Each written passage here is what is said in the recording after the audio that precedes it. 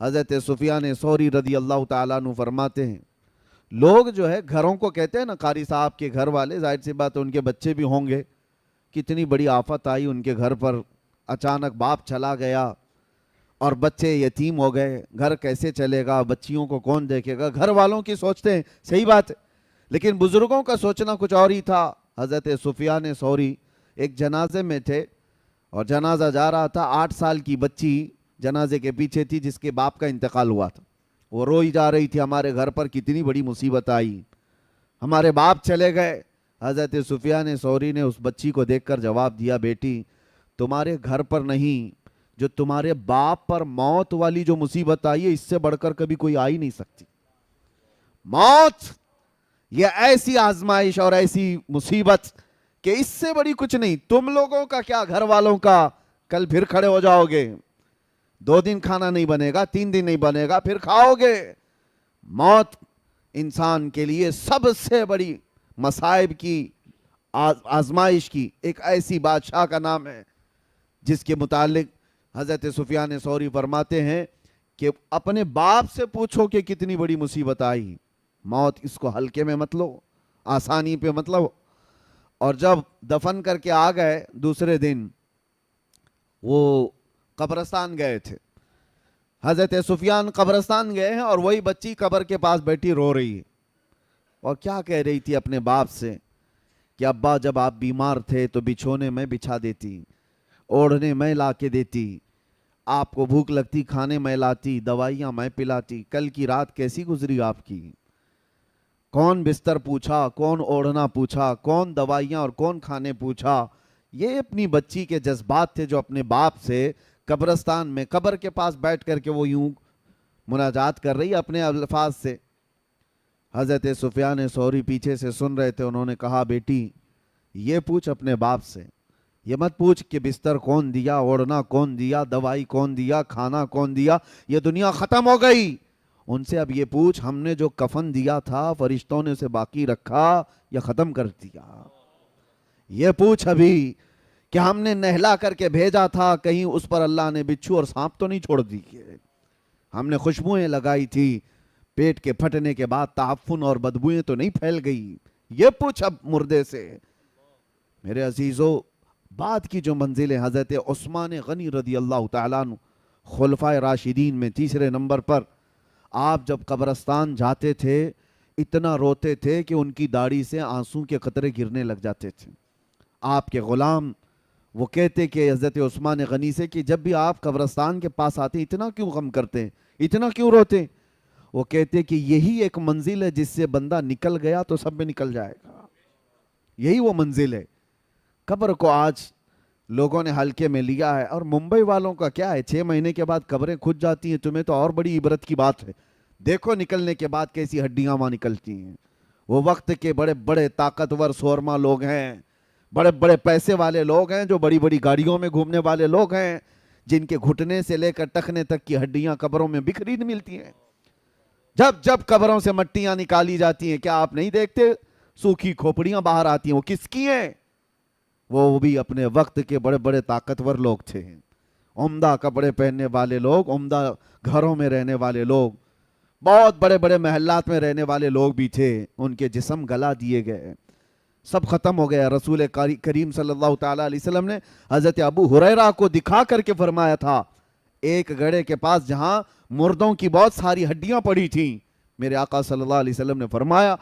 کہ ابو ہریرہ جانتے ہو یہ وہ لوگ ہیں جو عمدہ سواریوں پر سواری کیا کرتے تھے، بہت عمدہ لباس میں گھوما کرتے اور ان کے کھانے بڑے عمدہ تھے، لیکن آج یہ تعفن کا شکار ہیں، کیڑوں کی غذا بنا دیے گئے۔ یہ انسان کو یہ باتیں اس لیے بتائی جاتی ہیں، اور خاص طور پر آپ سب کو میرے عزیزوں مسلمانوں کو، کہ جب بندے کو اپنا آخری سفر یاد ہوتا ہے تو غرور اور گھمنڈ میں کبھی نہیں آنا۔ جب اپنے انجام معلوم ہوتے ہیں تو کسی سے کیا لڑائیاں جھگڑے، جا کر کے دیکھو وہ قبرستانوں میں جن کے 40 سال سے باتیں بند تھی، اب تو وہ قریب میں پڑے ہوئے ہیں ایک دوسرے کے، وہاں کوئی جھگڑے نہیں ہیں، کسی کی آواز نہیں آتی قبروں کے پاس، یہاں پڑوسیوں کے روز جھگڑوں کی آوازیں ہیں۔ یہ اندازہ کر لو کہ جانے کے بعد خاموش سالوں نہیں صدیوں تک شاید سونا پڑ جائے،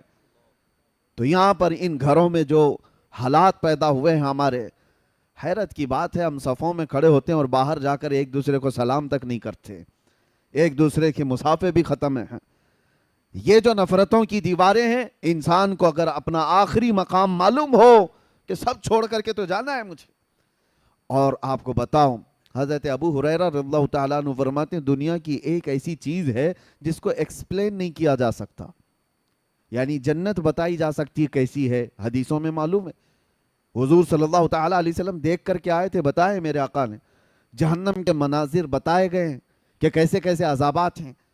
بہت ساری چیزیں، قبروں کے حالات بھی بتا دیے گئے، لیکن حضرت ابو ہریرہ فرماتے ہیں ایک چیز ایسی ہے جس کو ایکسپلین نہیں کیا جا سکتا، وہ موت ہے۔ وہ کیسے انداز میں آتی ہے؟ کیونکہ جس نے چکھ لیا وہ بتانے کے لیے آیا نہیں، جس کو آئی موت وہ دوبارہ آ کر بتایا کبھی نہیں کہ کیسے آتی ہے، اور جو پہلے سے بتایا ہے وہ یا تو پھر بزرگوں کی باتوں کو بتائے گا، ہاں اللہ کے نبی صلی اللہ تعالیٰ علیہ وسلم نے جو بتایا ہے وہ ہمارے لیے یقینی ہے۔ سنیے، موت کے سلسلے میں اس لیے میں عرض کر رہا ہوں کہ قاری صاحب قبلہ کو ان کی جو موت ہے، کچھ ایسی موتیں ہیں جو شوق لگا دیتی ہیں۔ ویسے تو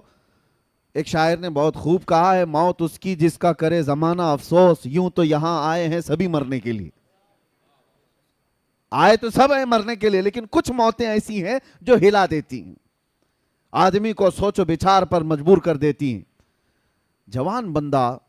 ہٹا کٹا، ایک دن پہلے اسی مسجد سے وہ میرے پاس آئے تھے، ایک دن پہلے کی بات کر رہا ہوں، وکرولی پارک سائٹ آئے، کافی دیر تک بیٹھے رہے، گفتگو ہوتی رہی، اور انہوں نے کہا کہ حضرت مجھے اس سال رمضان میں مدینہ شریف جانا ہے۔ تو میں نے کہا قاری صاحب کیا تراویح نہیں پڑھا ہوگے؟ نہیں، اس سال ایسا ہے کہ برسوں بعد میں چھٹی لے رہا ہوں مسجد سے، ہماری ٹرسٹ نے دوسرے تراویح کے لیے، یعنی حافظ کے لیے دوسرے کا وہ انتظام کرنے کے لیے میں نے کہہ دیا ہے، انہوں نے خود مجھے ٹرسٹ نے کہا ہے کہ آپ جانا چاہیں رمضان مدینے میں گزار لیجئے۔ میں کہا بہت اچھی بات ہے۔ ہم حافظ لوگوں کا ایک بڑا مسئلہ یہ، میں خود 25 سال سے تراویح سنا رہا ہوں الحمدللہ، اللہ تعالیٰ سلامت رکھے اور قائم رکھے، اور پچھلے سال اس سے پہلے سال میں نے اندر بھی تراویح چھوڑی نہیں ہے، پوری تراویح پڑھائی ہے۔ حافظ جو ہے تراویح سے کمپرومائز نہیں کرتا ہے، اسی وجہ سے ہمیں رمضان میں وہاں جانے کا موقع نہیں ملتا، اور اگر کبھی ملتا ہے تو چھوٹی سی جماعت ہی صحیح، وہاں جا کر کے بھی رمضان میں تراویح پڑھانا حافظ کے لیے ضروری ہوتا ہے۔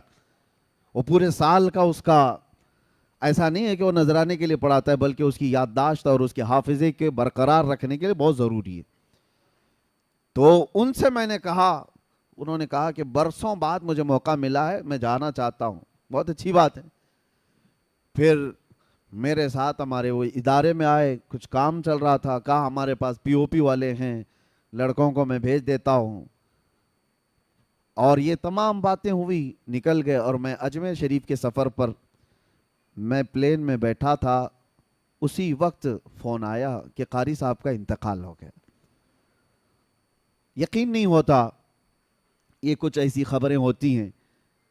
اس کے بعد پھر میرے عزیزو، یہ جو شاکنگ نیوز ہوتی ہے نا اس طرح کی ہلا دینے والی، تب بندے کو بہت زیادہ سنبھل جانا چاہیے۔ جو رات کا کھانا ہمارے ساتھ کھایا ہو اور ناشتے کے وقت وہ قبر میں سویا ہو،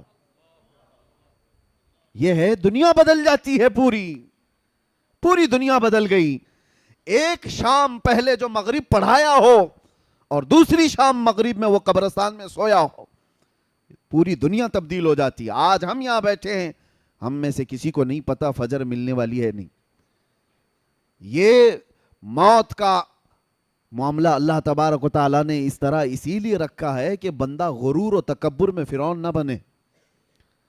آج پتہ ہے آپ کو، پورے یہودی اور جو نئی نئی ایجادات کرتے ہیں، ان کے پیچھے ان کا وقت ایک بہت بڑا، جو میری اسٹڈی کا میں آپ کو بتا رہا ہوں، ان کو کیا لینا دینا ہے پوری دنیا کو، یہ جو نیو ورلڈ آرڈر جو کرتے ہیں کہ پوری دنیا کو گلوبل ویلیج بنانا ہے، ایک دنیا بنانا ہے۔ آپ کو پتہ ہے، پورے گولڈ کو اپنے پاس رکھنا، اکنامک پوری طاقت کو اپنے پاس رکھنا، بینکنگ نظام کو اپنے پاس رکھنا، دنیا کی ساری حکومت کو اپنے پاس رکھنا، کیوں کر رہی ہے ایک چھوٹی جماعت؟ کیوں کرتی ہے ایک چھوٹی سی جماعت؟ آپ کو پتا ہے سالوں پہلے نمرود کے زمانے میں ایسا ہوا تھا کہ یہی قوم نے پوری دنیا میں